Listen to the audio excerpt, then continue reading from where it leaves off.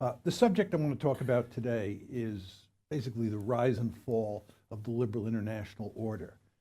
And what I want to try to explain is exactly what the liberal international order is. Very important to sort of understand in some detail what it is, and then to lay out to you what I think went wrong, and then briefly talk about where I think we're headed.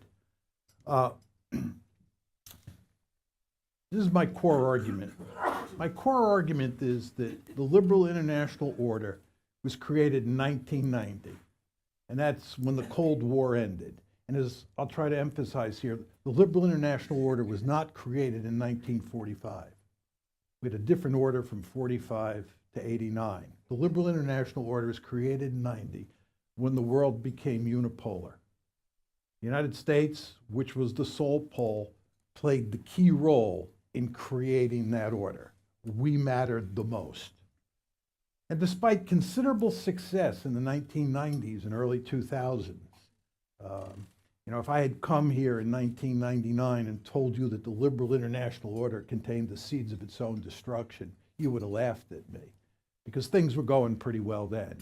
But then it began to go south right around 2004, 2005, and it has failed and is doomed. And I'll make the argument that's for two reasons. One, which I just said, contains the seeds of its own destruction, and also the rise of China and the resurrection of Russian power under Vladimir Putin. Okay, these are the questions I want to address. First of all, what is the liberal international order? Make it very clear. When do you get liberal international orders? You don't get them all the time. When do you get them?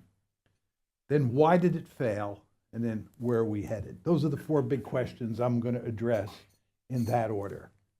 Okay, first question, what's the liberal international order? What I'm going to do here is I'm going to define for you what an order is, what it means to be an international order, and then what it means to be a liberal international order.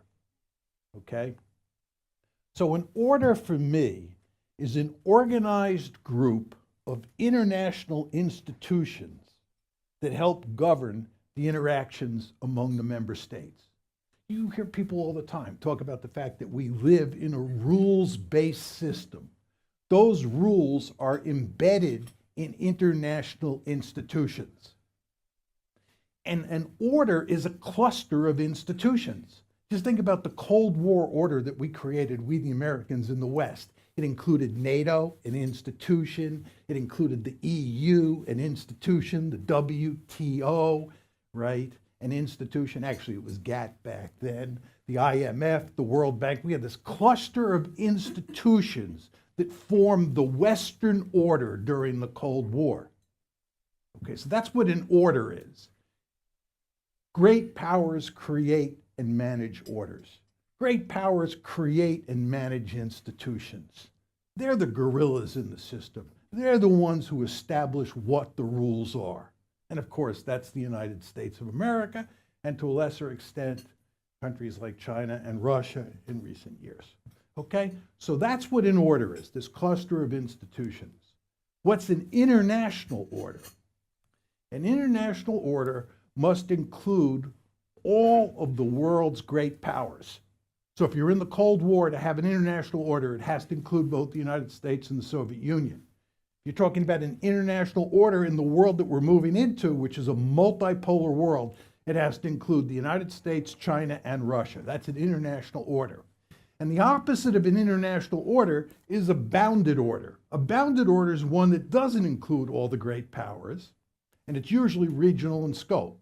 And just to get ahead of myself a bit, the order that Uncle Sam created during the Cold War and the order that the Soviet Union created during the Cold War, remember the Warsaw Pact, Comecon, Comintern, those orders were not international orders.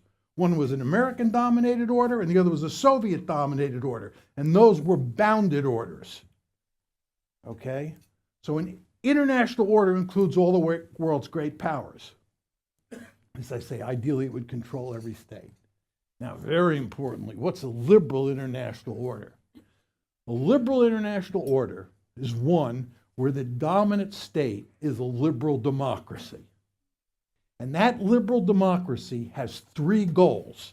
And if you think about American policy during the post-Cold War period, those three goals stand out very clearly to you.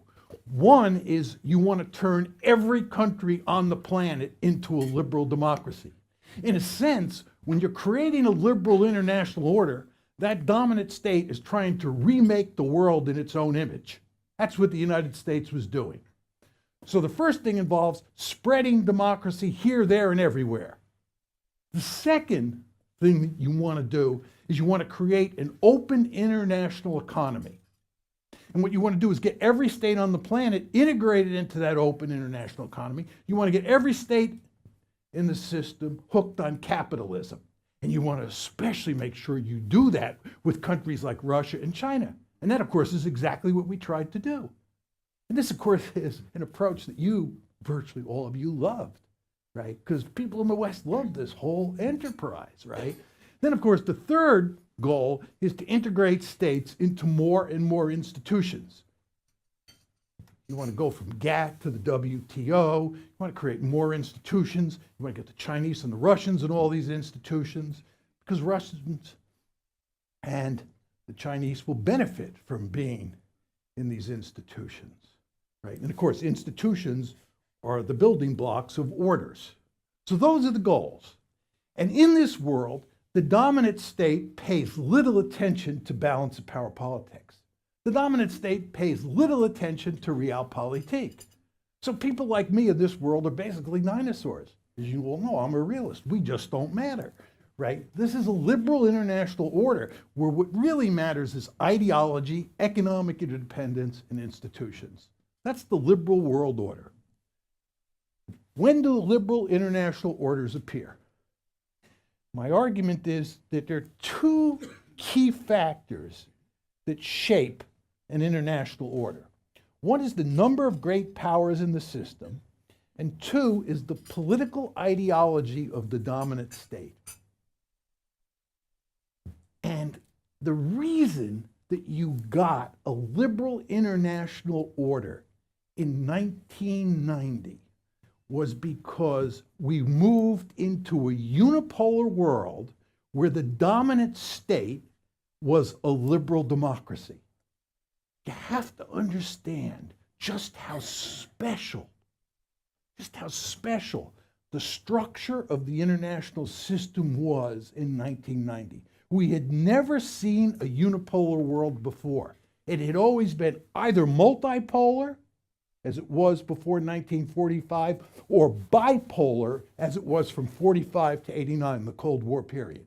We had, for the first time in recorded history, a unipolar world. And of course, the unipole was Uncle Sam, and Uncle Sam is a liberal democracy. So it's hardly surprising that you're going to get a country that tries to create this liberal international order. And remember, I told you, in a liberal international order, the sole pole does not pay attention to realpolitik, to balance of power politics. And the reason is that there are no other great powers. You realize that during the post-Cold War period, from 1990 up until about 2017, the United States paid hardly any attention to the balance of power because it was Godzilla. There was no other great power in the system, which means that we were free to pursue this liberal agenda. Right? History of the liberal international order. I want to talk about the Cold War orders and the post-Cold War order. Very important to understand what's going on here. As I said to you before, in my story, the liberal international order is the post-Cold War order. It's not the Cold War order. And the reason should be obvious to you now. The Cold War was a bipolar world. And in that bipolar world, the United States was engaged in an intense security competition with the Soviet Union. Soviet Union was engaged in an intense competition with the United States. And the United States was not free to create a liberal international order. Instead, what you get in the Cold War mainly are these two bounded realist orders: the Soviet-led communist order and the US-led Western order. Those bounded orders were created to wage the Cold War. Think about NATO. Look at the origins of the European Union. The origins of the European Union are based on realpolitik. Most people today think it was really all about, economic prosperity. Economic prosperity mattered, but the EU was mainly set up at the beginning for purposes of waging the Cold War. All those institutions were part of a bounded order in the West. And the Soviets had their own bounded order. Warsaw Pact, Comintern. Right? So you had these two bounded orders, and you also had a very weak realist international order. Think proliferation, the NPT, right? The IAEA, Nuclear Suppliers Group, all those institutions, Soviets and Americans, the two great powers on the planet, were involved in those institutions. So you had a thin realist international order and two bounded realist orders. Okay, now that's the Cold War, no liberal international order. But what happens in 1989? In 1989, the Soviet Union loses the Cold War and its bounded order collapses. And the US-led Western order emerges triumphant. So what we decide to do is take that Western order, that Western bounded order, and turn it into a liberal international order. Because we can do it. We're the unipole. We have no other great power to worry about, so there's no great power security competition. We're a liberal state, and we want to remake the world in our own image. And we have this wildly successful bounded order that we think we can expand. Think about NATO and EU expansion and the color revolutions in Eastern Europe. NATO and the EU were created during the Cold War. They were part of a bounded realist order. But realism's gone, but the institutions are still there. So what you do is you take those institutions and you just move them eastward. You incorporate more and more countries into this order. It's morphing from a bounded order into an international order. That's what NATO expansion, EU expansion, the color revolution is all about. What about the Bush Doctrine? The Bush Doctrine was designed to deal with the terrorism problem and the nuclear proliferation problem in the greater Middle East by turning every country in that region into a liberal democracy. Iraq was just the first stop on the train line. We expected to go to war in Syria, Iran, and turn the entire region into a sea of democracies. This is what promoting the liberal international order is all about. Engagement with China. What were we doing with China? The idea was, let's get them hooked on capitalism. Let's get them integrated into these institutions. They'll get rich, and once they become rich, they'll demand democracy. China will turn into a liberal democracy, and to use Robert Zoellick's term, it will become a responsible stakeholder. How could it be otherwise if they're a liberal democracy, right? That's just the way the world works in the minds of most people in the West. I'm sure most of you Australians think this way. You love the engagement. Let's engage China. So we, instead of containing China, engage China. Now, as I said to you, the golden years were 1990 to 2004. If I had been here before 2004, you would have thought I was nuts, right? But then in 2005, the order started going south. Iraq turned into a disaster. Afghanistan, which first looked like a great success, turned into a disaster. The international economy almost went off the cliff in 2008. The euro crisis happened shortly after that. I could go on, right? Something went badly wrong. This brings us to the question, what went wrong? Now, as Tom said, lots of people think the problem is Donald Trump, right? Oh my God, how did that guy ever get elected? And, once we get rid of him in 2020 and we put somebody like Joe Biden in there, we'll be fine. We just sort of go back to square one, right? I want to be clear here. I am not a Trump supporter. Right? I'm very clear on that. I'm not a Trump supporter. But I do not believe that Donald Trump is responsible for the mess we're in. In fact, it's very important to understand that Donald Trump got elected in part by running against the liberal international order, which of course is why most of you don't like him, right? Donald Trump said, I'm getting out of the business of spreading democracy around the world. And as you know, he's never met an authoritarian leader or a dictator he didn't want to jump into bed with, right? That's one. Two, with regard to an open international economy, the guy's a protectionist. And with regard to institutions, he's never seen an institution he doesn't loathe. NATO's obsolete. EU leaders say that he's the greatest threat to the EU they've seen on the planet. The guy loathes the WTO.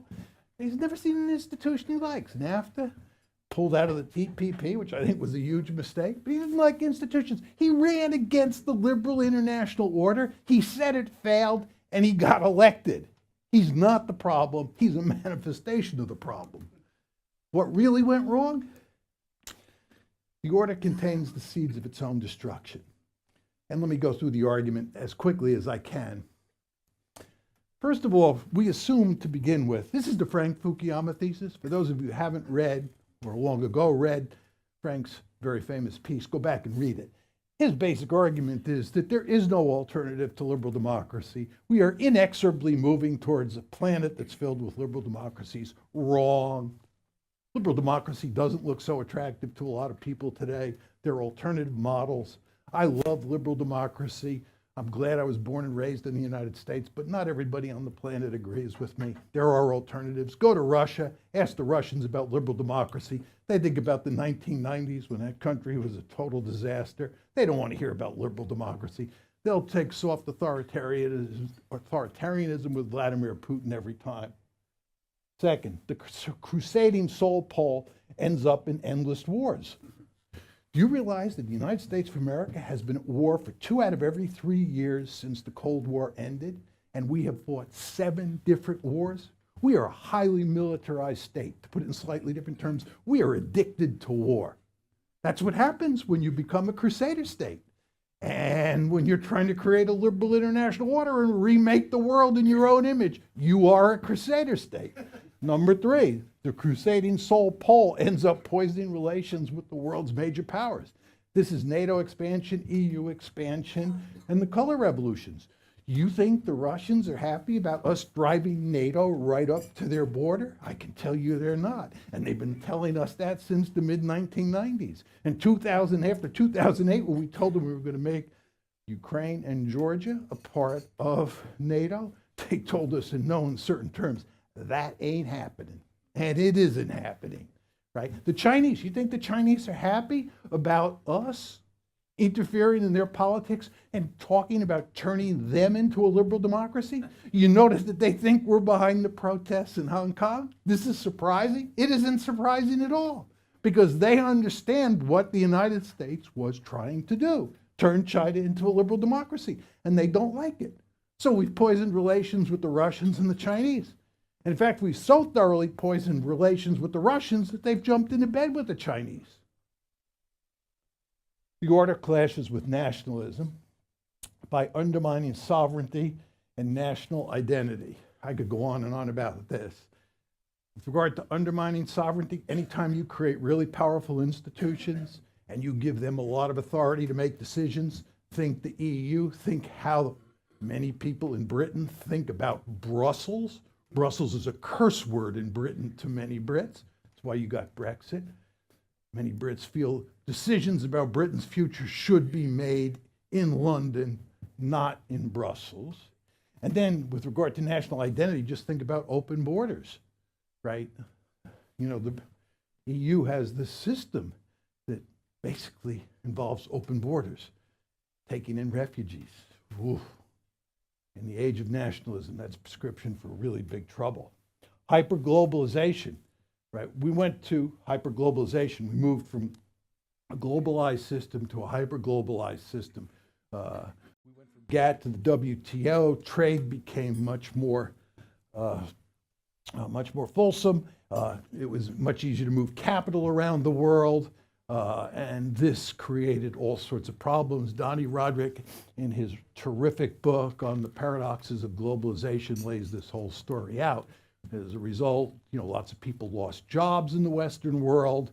The liberal international order was undermined inside countries like the United States and Britain because of the economic consequences of hyperglobalization. And those economic problems led to significant political problems. And then finally, integrating China into the liberal world order and making China richer and richer undermines unipolarity. You understand what's happening here? We're moving from unipolarity to multipolarity. And one of my principal themes here that you don't want to lose sight of is you can only have a liberal international order in a unipolar world, because the unipole then does not have to worry about balance of power politics. Once you go into a multipolar world, once you're in a multipolar world or you're in a bipolar world, balance of power politics are back on the table for the great powers. And remember what John said, it's the great powers that create orders. So unipolarity is finished because China and Russia are now great powers, and we're not in a unipolar world. So the question is, what kind of orders will prevail in the future? We're going to move back to a situation that's somewhat similar to the Cold War orders, but different in some ways. I won't go into this in any detail now, but I'll just lay it out for you. Number 2 and number 3 are key. You're going to get a Chinese-led bounded order, and you're going to get a US-led bounded order, and they're both going to be focused on Asia. And as you know, here in Australia, most Australians are deeply concerned about the fact that they feel like they're being pulled in one direction by the Chinese and pulled in another direction by the Americans, right? What the Americans are going to want is the Americans are going to want you to join their order, and the Chinese are going to want you to join their order. You're going to have alliance structures out here, right? You're going to have economic relationships that are all tied up with this security competition that is setting in. The United States and China will lead 2 bounded orders that will wage security competition and hopefully not war between them, just like happened during the Cold War. That's why so many people who look at what's happening today say this is reminiscent in important ways of the Cold War. And of course, as was true in the Cold War, you also have an international order. Again, think proliferation. My sense is that both the Chinese and the Russians and the Americans will work together at the international level to create or to maintain a proliferation regime. And they will work together on other issues, hopefully on things like climate change. But there will be a thin, realist international order. But the 2 orders that will matter the most, as was the case in the Cold War, are those 2 bounded orders that the 2 biggest gorillas in the system, the United States and China, will be in charge of.